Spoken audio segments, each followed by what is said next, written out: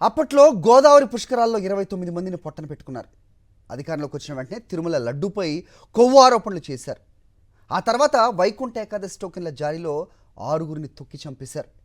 అది మరొక ముందే టీటీడీ గోశాలలో గోవుల మృత్యువాత, శ్రీకూర్మంలో తాబేళ్ల మృతి. ఇప్పుడు అప్పన్న సన్నిధిలో నాసిరకం గోడ నిర్మించి 7గురిని బలి తీసుకున్నారు. గుడులు, గోపురాలు, హిందూ ధర్మంపై చంద్రబాబు చిన్న చూపుకి ఎంతకన్నా సాక్ష్యాలు ఏం కావాలి? కనీసం బాధిత కుటుంబాలను పరామర్శించే తీరిక కూడా ప్రభుత్వ పెద్దలకు లేదా? గోడ కూలి 7గురు భక్తులు మరణిస్తే వీళ్లకు పట్టదా? విశాఖ మేయర్ ఉప ఎన్నికపై ఉన్న శ్రద్ధ భక్తుల భద్రతపై లేదా? అప్పన్న సన్నిధిలో 7గురు ప్రాణాలు పోవడానికి కారకులెవరో గుర్తించాలి, చేసిన పాపానికి తగిన శిక్ష వేయాలి అని కోరుకుంటున్నారేమో. అలాంటి ఆలోచనలు ఉంటే చంద్రబాబు గారు కట్టిన ఏదో ఒక గోడ కింద గొయ్యి తీసి పాతిపెట్టేయండి. తిరుపతిలో 8 మందిని తొక్కి చంపేస్తే ఏమైంది? విచారణ పేరుతో 4 నెలలు గడిచిపోయింది. ఇంతవరకు ఎవరిపైనైనా యాక్షన్ తీసుకున్నారా? లేదు. తిరుపతి అయినా సింహాచలమైనా బలైపోయేది భక్తులే. దీనికి కారకులను గుర్తించడం కానీ తగిన శిక్ష వేయడం కానీ జరగదు. అంతెందుకు, 2015 జూలై గోదావరి పుష్కరాల్లో 29 మందిని తొక్కి చంపారు. ఆఖరికేమైంది? భక్తులు వాళ్లకు వాళ్లే అత్యాశతో తొక్కుకొని చచ్చారని రిపోర్ట్ వచ్చింది. అసలు దోషి సేఫ్. ఇప్పుడు సింహాచలం ఘటనలో కూడా జరగబోయేది అదే. విచారిస్తారు. ఏ కాంట్రాక్టర్నో మేస్త్రినో బలి పశువును చేసేస్తారు. అవసరం అనుకుంటే సిమెంట్ రాళ్లు తయారు చేసినోడు వైఎస్ఆర్సీపీ, బస్తాలు మోసినోడు వైఎస్ఆర్సీపీ, దీని వెనుక జగన్ కుట్ర అని చంద్రజ్యోతిలో రాసేస్తారు. కేసు ఇంతటితో క్లోజ్. వీళ్ళకి మనస్సాక్షి లేదు.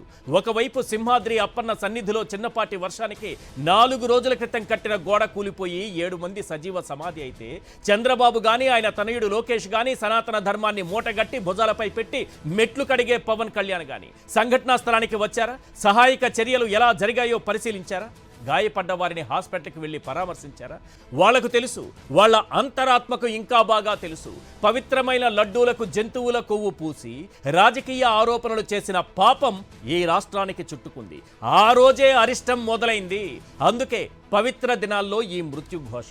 అందుకే వారు రారు, పరామర్శించరు, భరోసా ఇవ్వరు. అంతేకాదు, ఇంత పెద్ద దుర్ఘటనను చిన్నదిగా చేసేయాలి. అందరి దృష్టి అమరావతిలో జరిగే ప్రోగ్రాం పైనే ఉండాలి. కూటమి నేతలు ఎవరైనా ఆ సంఘటనా స్థలానికి వెళితే అటెన్షన్ అంతా అటువైపు వెళ్ళిపోతుంది. అందుకే చంద్రబాబు తెలివిగా సింహాచలం వైపు ఏ ఒక్క నాయకుడిని పంపలేదు. అందుకే విశాఖలో ఉన్న టీడీపీ నాయకులందరూ తలో దిక్కుకు పారిపోయారు. 7గురు మరణించారని తెలిసిన అమరావతి ప్రోగ్రాంకి జనాలను తోలే పనిలో సీఎం బిజీగా ఉండటం ఏంటి సార్? కాస్తైనా బాధ్యత ఉండక్కర్లా? అప్పన్న సన్నిధిలో 7గురు చనిపోతే పార్టీ ప్రోగ్రాముల్లో, పెళ్లిళ్లలో డీసీఎం ఎంజాయ్ చేయడం ఏంటి సార్? కాస్తైనా బాధ్యత ఉండక్కర్లా? నాసిరకం గోడలు కట్టి 7గురి ప్రాణాలు తీసేసి మాకేంటి సంబంధం అన్నట్లుగా లోకేష్ పెళ్లిళ్లకు వెళ్లడం ఏంటి సార్? కాస్తైనా బాధ్యత ఉండక్కర్లా? అప్పన్న సన్నిధిలో అమాయకులు బలైపోతే కనికరం లేకుండా ఎంపీ భరత్ ఢిల్లీకి పారిపోవడం ఏంటి సార్? కాస్తైనా బాధ్యత ఉండక్కర్లే? ఘటన జరిగాక బాధితులను పరామర్శించడానికి కూడా రాకుండా పల్లా శ్రీనివాసరావు పారిపోవడం ఏంటి సార్? కాస్తైనా బాధ్యత ఉండక్కర్లే? అప్పన్న సన్నిధిలో ప్రమాదం జరిగితే దేవాదాయ శాఖ మంత్రి నెల్లూరులో ప్రెస్ మీట్ పెట్టడం ఏంటి సార్? కాస్తైనా బాధ్యత ఉండక్కర్లే?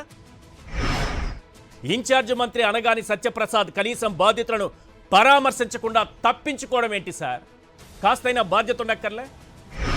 7గురు ప్రాణాలు పోయి ఆ కుటుంబాలు రోడ్డున పడితే పరామర్శించడానికి ఒక్కరూ రాకపోవడం ఏంటి సార్? కాస్తైనా బాధ్యత ఉండక్కర్లే?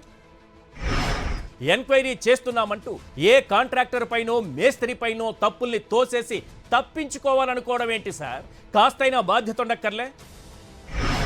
విశాఖ మేయర్, డిప్యూటీ మేయర్ ఎన్నికల్లో అడ్డదారి గెలుపుపై ఉన్న శ్రద్ధ భక్తుల భద్రతపై లేకపోవడం ఏంటి సార్?